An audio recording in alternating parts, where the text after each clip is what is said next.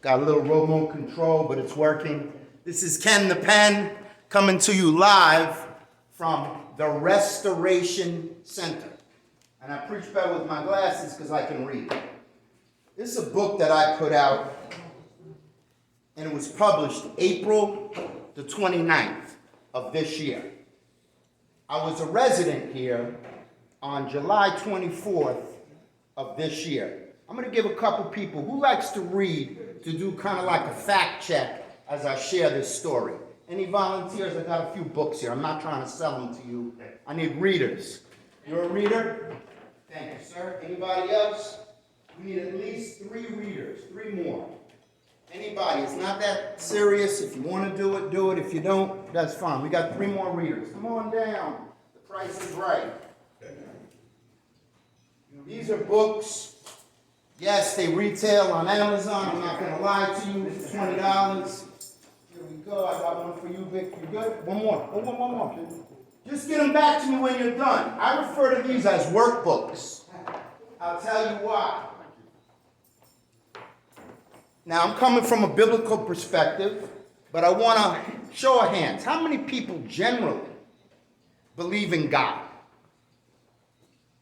I'll take my glasses off for that one. That's good for me because, like minds think alike. I can't, and I'll be honest, I'm honest about my preaching and teaching. I can't subscribe to a Big Bang, to an orangutan. I'm going to give you my first poem because my heart just said, preach that, let them know you got writing skills. You know what's crazy? That's one of my favorite poems. But I'm going to sit down because we're going to read together. I'm going to say, where did you get this book from, Ken? Hold on. Where did you get this idea for this book? These are all emails that were sent out when I was locked up through JPEG. Who knows about JPEG? Who been in prison? Wow. Preaching to the choir here. All right. Let me read the back. It's Prison Poems by Ken the Pen, Convicted Bank Robber. Am I glorifying the bank robbery? No. It's to catch your attention. This is about recovery. We're in the recovery house, right? Restoration Center. So in this book, fact check this, page 48. What do you see there? Your name, sir? John, what do you see there on page 48? Right. And what is it in reference to? I'm just going to tell everybody. It's a letter from this facility stating I was a resident 24/7. I said, wait a second, what's 24/7?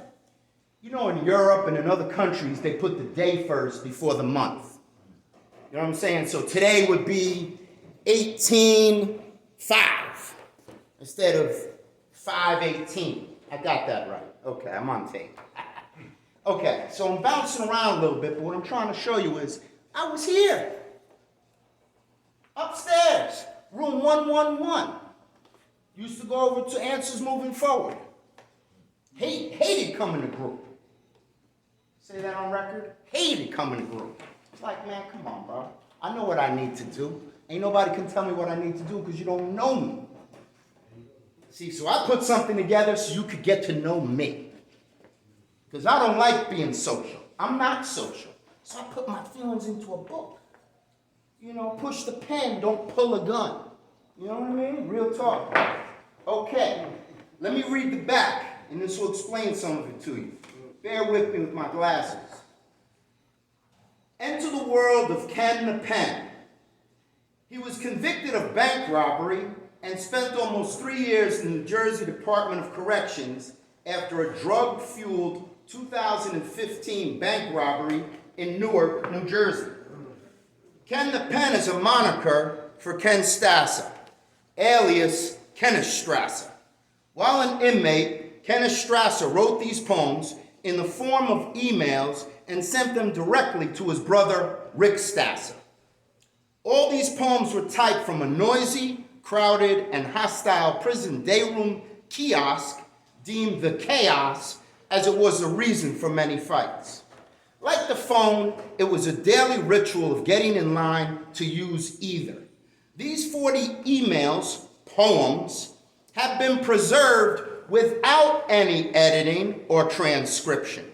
They all have a specific date and time while Kenneth Strasser was incarcerated from 2017 to 2020. These rare pieces of art are priceless in their original form. With the aid of only a dictionary, since other literary tools are sparse, these uncut gems of intellect were carved out of mental anguish, loneliness, and despair.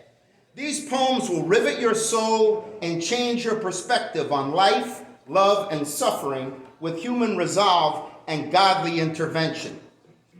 With a full measure of poetic license, some spelling and grammar errors, Ken the Pen steers the reader into crisp, philosophical, and spiritual insight when battling adversity.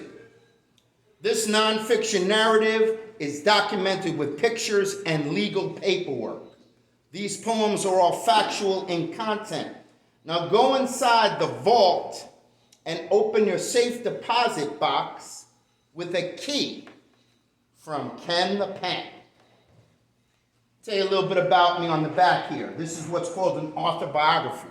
I'd love to help anybody write a book or tell you how to do it, because I went through hell. Just telling you. It ain't, the publishing companies is like the mob. I'm saying it on tape. Hey, you got to do it their way or it's the highway. Everything is email. You can't get on the phone. It's a process. What I will say is I got a copyright on this. I did it the right way. It's a work of poeticized nonfiction. To get a nonfiction status, they do fact check. So everything in here has got all the legal paperwork. So the beginning of the book, I have a little statement. I'm the anonymous. I try to use metaphors. And I know there's some writers in here. I know anybody been locked up, anybody who's into music, anybody who's into the arts, movies, we all writers. In our own way, we're all writers. And I wrote things that were grammatically incorrect and were spelled incorrect. But I got it published. Why? I'm in the kiosk. I got dudes breathing down my neck. I don't got a thesaurus. I don't got spell check. I don't got grammar check. This is what I got. What's in my heart, what's in my head. Escribe. I wrote it down. Okay? Hands down, this book will stand up to the competition, not be defeated, and sit well with the poetry critics. Who hears the dripping metaphors in there? We all do. This book will have a foothold in the market and be a runaway success. That was from Robert Wells, my pseudonym. I robbed the Wells Fargo. Okay? This ain't, like I said, we're not glorifying the bank robbery. We're glorifying the restoration. Now, who wants to hear about the actual bank robbery in a poem? You're supposed to raise your hands. All right, here we go. FDIC. Now, I don't know if you guys know this, but that's Federal Deposit Insurance Corporation. FDIC. I made an acronym that says fools dive into crack. The glass pipe fills with thick white smoke. A huge blast. I cough, then I choke. My head is flying, just like a jet plane. No sleep for days, feeling totally insane. I cook more Coke, baking soda, and H2O. Hands shaking, it bubbles, and the oil glows. I blow on the hot oil to cool it down. I pick up the rocks that are floating around. Ready to go, I do another massive hit. My ears ring and my brain feels like it's split. I run out of Coke, no money in sight. My mind is racing in total flight. I have a delusion to rob a Wells Fargo. Fantasy Island, Florida's Key Largo. I know this is crazy, but I don't care. This is not a game like Truth or Dare. I dress in all black with sunglasses and a hat.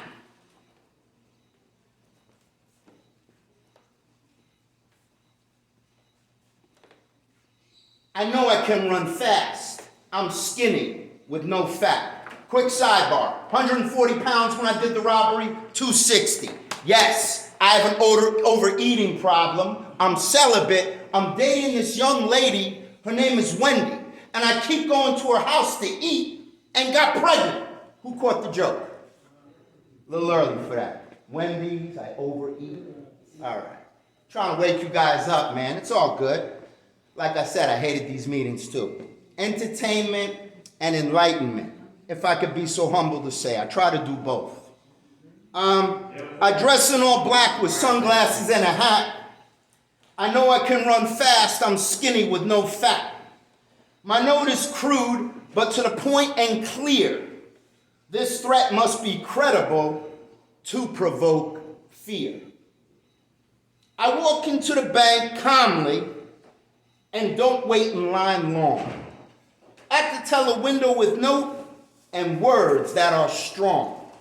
I tell the clerk just $150 bills.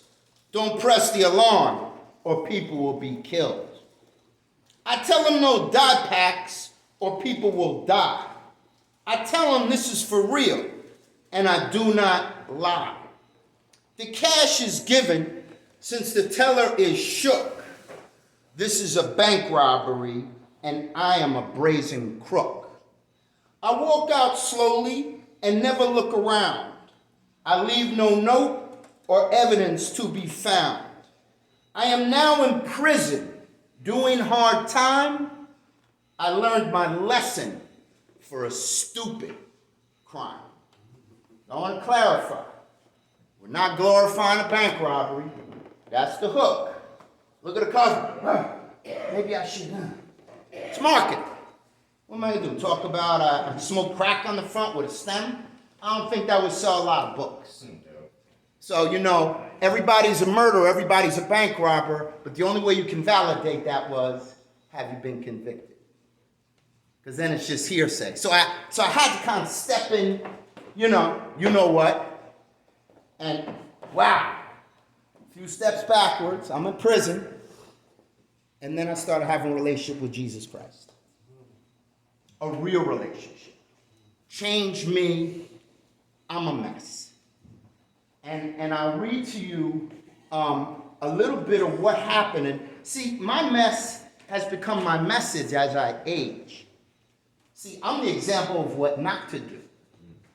I'm 56 years old. I should have been a CEO of some sort of big company and made all kinds of buku bucks. I'll give you a little bit about my background.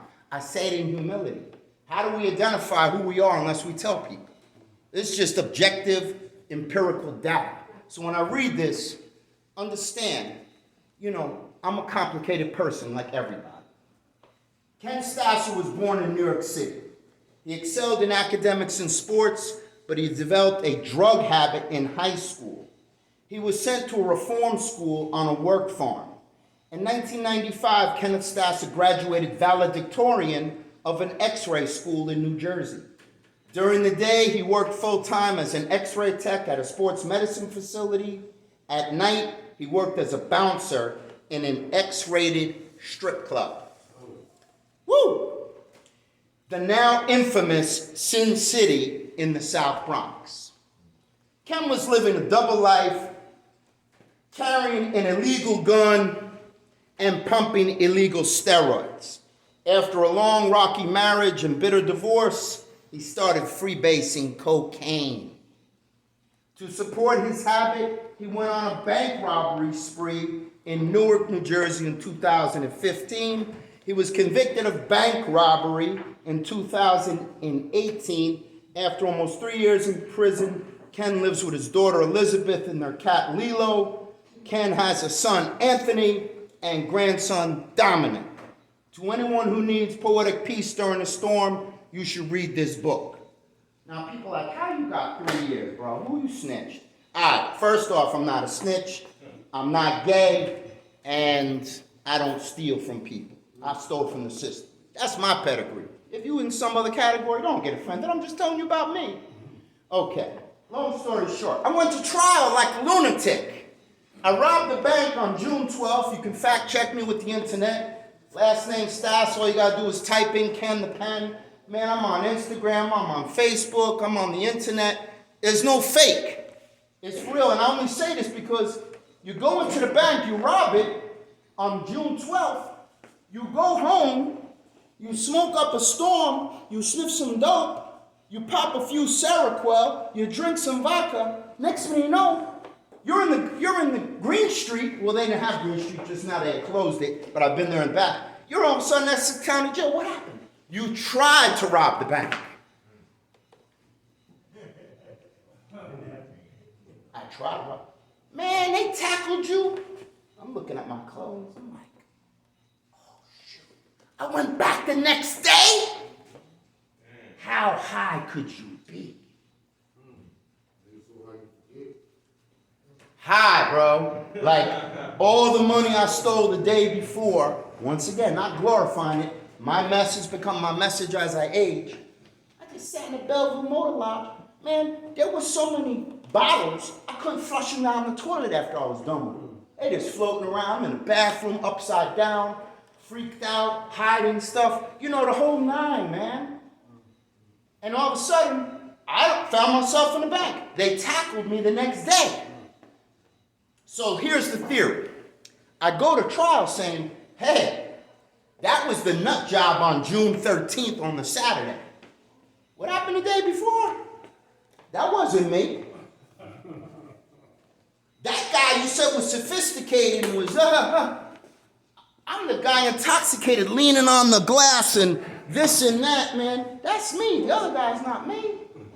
I don't got a note. I don't got a bomb. Long story short, they charged me with first-degree robbery for day one, second-degree robbery for day two. And we were going to go, and I'm just giving you some background with the angle of you don't know who it was on day one. You think it's me. He left no DNA. The video is horrible, blah, blah, blah, blah, blah. So long story short, I got a hung jury on count one, the first-degree robbery. On count two, they found me guilty of the lesser-included charge, which was theft by unlawful taking, regardless that I didn't get anything on day two. So I'm down on a 4-flat, Southern State, doing my thing. You still got a B as in Bravo. Let's clarify for all the guys who've been in prison. B as in Bravo override. You got a first-degree charge that has not yet been adjudicated. Fancy word for it hasn't been settled. So I go up to Northern State. I got to go back to Essex County Courthouse, Judge Gizzo, 111-2. Interesting, I was in room 111 here, 111 Gizzo 2. I follow numbers, I really do. Long story short, my mom died when I was in Northern State. I went to the arraignment and I told my lawyer to tell the prosecutor in not so many nice words, tell that blah, blah, blah, blah, blah, blah, blah. Marry a 4 with an 85 to my 4-flat and I'll take the deal. And then as my lawyer's leaving, I say, go tell that blah, blah, blah, make it 3 with an 85 and marry it to my 4-flat. So I did.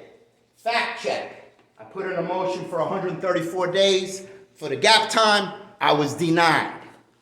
So yeah, you know, I did okay. I kicked the field goal. Winning is not guilty across the board. I didn't get that. You still want? Yes. Listen, brother. Thank you. Orange to orange. That's my new message. Team Orange. Listen, I get it. BLM, I don't get it. I'm not black. But I get it. Here's the thing. What about inmates? Just as a sidebar, what about people that have been in orange? I'm going to bring, next time I come, some orange wristbands. They like, you know, something you buy, it's got Ken the Pen on one side and prison poems on the other. I will give it out to the men if you want to wear one. See, I'm like a lot of people. Listen, dark clothing, shades, hat. You don't know me, I don't know you. I'm not trying, this is different from me. But you know what? This is keeping me clean and sober. I'm still on parole. I need, and my tattoo says fear God. If you look on the back, it says fear. Tattoos are on the inside, documented, pictures of Northern State, blah, blah, blah. I fear God. That's what I found out in prison. I didn't die from a heart attack. I didn't die from a seizure, which I've had heart attacks and seizures. Nothing major. But, it's real, man. Clara Mass came in, overdosed on heroin. DOA. Hit me with that Narcan. I jumped up and ran around and vomited for about 2 hours. That was the last time I sniffed dope. And the last time I smoked crack, I had a seizure. My first seizure. And it was so bad that I thought I was going to keep seizing and just die like that in a hotel room.